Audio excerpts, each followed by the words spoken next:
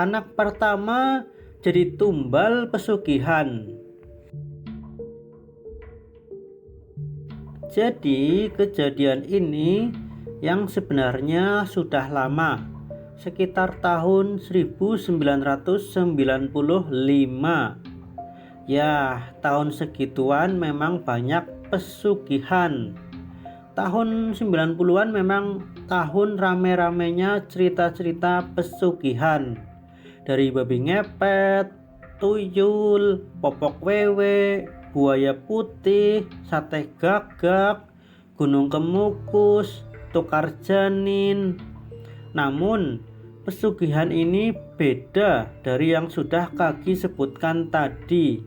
Dan ingat, jangan sekali-kali melakukan pesugihan, karena pasti menyesal di dunia dan akhirat, karena dosa syirik tidak dapat diampuni. Seperti Tasya yang menerima akibat dari pesugihan.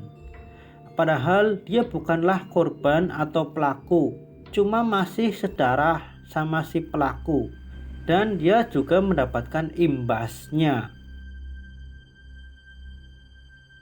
Jadi waktu Ani baru lulus SMK, tiba-tiba ayahnya ditabrak truk dan meninggal di tempat.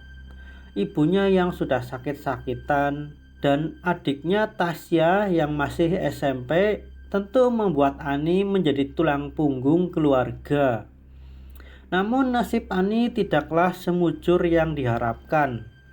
Dia hanya bekerja sebagai karyawan mall yang gajinya tidak seberapa, sedangkan kebutuhan obat ibunya dan sekolah Tasya tidaklah murah. Tapi Ani tidak menyerah. Setiap malam dia berjualan asongan di alun-alun. Dia tidak menyerah begitu saja atas nasibnya. Rutinitas itu terus dilakukan hingga lebih dari 1 tahun. Namun tiba-tiba Ani jatuh sakit. Saat itu Tasya adiknya mengira kakaknya jatuh sakit karena kecapean kerja. Ibunya pun terlihat khawatir, karena Anilah satu-satunya harapan keluarga itu. Namun naas, sakitnya makin parah hingga Ani meninggal dunia. Sebulan kemudian ibunya menjual rumah itu.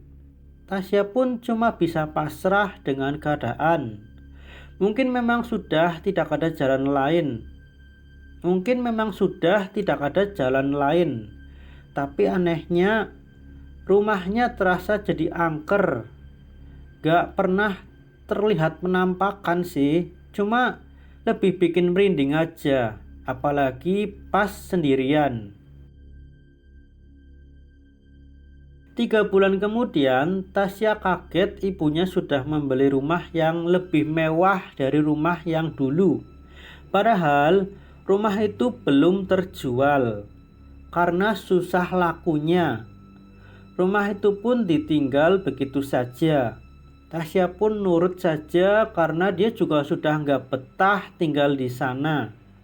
Tapi Tasya merasa heran, ibu dapat duit dari mana? Padahal dulu untuk makan saja pas-pasan. Tasya sendiri sering tanya, ibu kerja apa? Tapi ibunya cuma tersenyum dan bilang, dapat warisan dari kakek. Padahal kedua kakeknya tidak ada yang orang kaya. Sekitar 2 bulan kemudian, Tasya disuruh sekolah ke luar kota. Padahal Tasya nggak mau. Tasya ingin ngerawat ibu. Tapi karena paksaan dari ibunya, dia terpaksa nurut keinginan ibunya. Dia pun sekolah SMK di pesantren di luar kota. Dan kuliahnya di luar kota pula. Cuma pulang setahun 2 kali. Hingga akhirnya dia lulus. Namun sayang, kelulusannya tidak bisa dirayakan bersama keluarga. Ibunya sudah meninggal pas dia semester 8 karena sakit yang memang sudah menahun. Akhirnya Tasya pulang ke kampung halaman. Tapi entah kenapa dia kepikiran sama rumah yang dulu. Kenapa dari dulu nggak laku-laku? Tasya pun mampir ke sana. Di ruangan yang dulu selalu dikunci semenjak kakaknya meninggal, ya itu adalah kamar Ani, kakaknya Tasya. Jadi ruangan itu memang bekas kamar almarhum kakaknya Tasya. Dan saat dibuka ada 6 lukisan kakaknya. Dan setiap lukisan di bawahnya ada sesajen. Sesajen yang sudah lama tak terpakai. Tapi kalau dilihat debu-debunya tidak terlalu tebal. Seperti hanya ditinggal beberapa bulan saja. Artinya ibunya dulu rutin ke rumah ini. Makanya rumahnya tidak dijual. Alias memang dari awal tidak dijual. Cuma di depan rumah yang tertulis rumah ini dijual, hubungi 082XXX, hanya agar Tasya tidak curiga dan mau ikut pindah. Tasya dipaksa sekolah keluar kota pun ternyata agar tidak tahu fakta yang sebenarnya. Di lukisan yang paling besar ada surat dari ibunya yang menceritakan kebenaran bahwa Ani meninggal karena dijadikan tumbal. Itu pun karena ibunya tidak tega melihat Ani terus kerja siang malam hanya untuk membiayai kehidupan adik dan ibunya.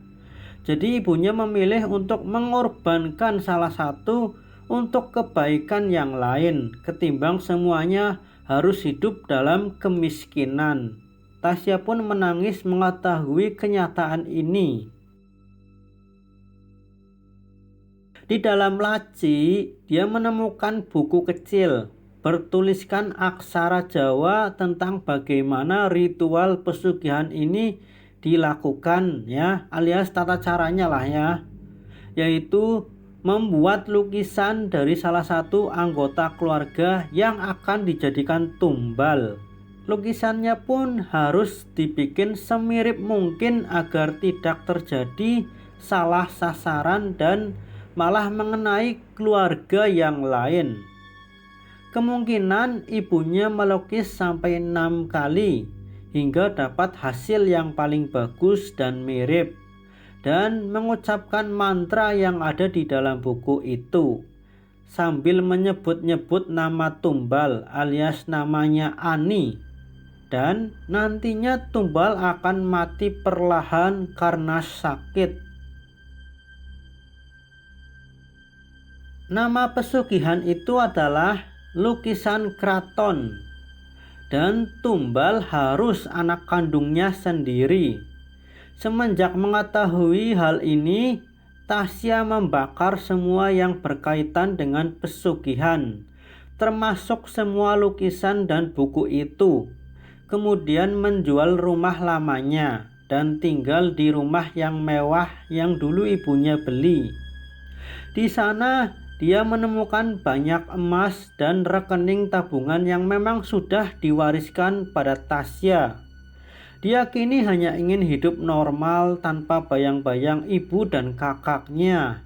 Dengan memanfaatkan semua pemberian dari ibunya, kini Tasya berhasil membangun bisnisnya sendiri dengan cara yang baik.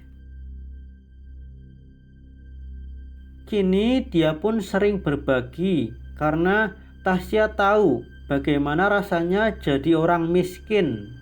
Dia hanya tak ingin ada keluarga lain yang juga harus mengalami nasib yang sama seperti Tasya, yang harus jadi sebatang kara karena saudaranya jadi tumbal pesugihan. Namun di awal karirnya tidaklah mudah. Semua habis tanpa sisa. Hanya tinggal uang sejumlah nominal dari jual rumah kecil yang tersisa.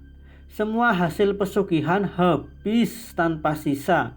Karena Memang dalam buku tertulis, bila ritual rutin bulanannya dihentikan, perlahan harta yang didapat dari pesugihan akan habis. Namun, kini Tasya dapat bangkit dan menjadi sukses tanpa perlu menumbalkan siapapun. Cerita hantu ini didapat dari seorang yang kirim email, tepatnya dari si Tasya, adik dari Ani yang menjadi tumbal. Yuk kirim juga cerita seram kalian. Terima kasih telah mendengarkan cerita dari Kak Agi di channel Desa Gaib. Nantikan cerita-cerita selanjutnya. Salam merinding.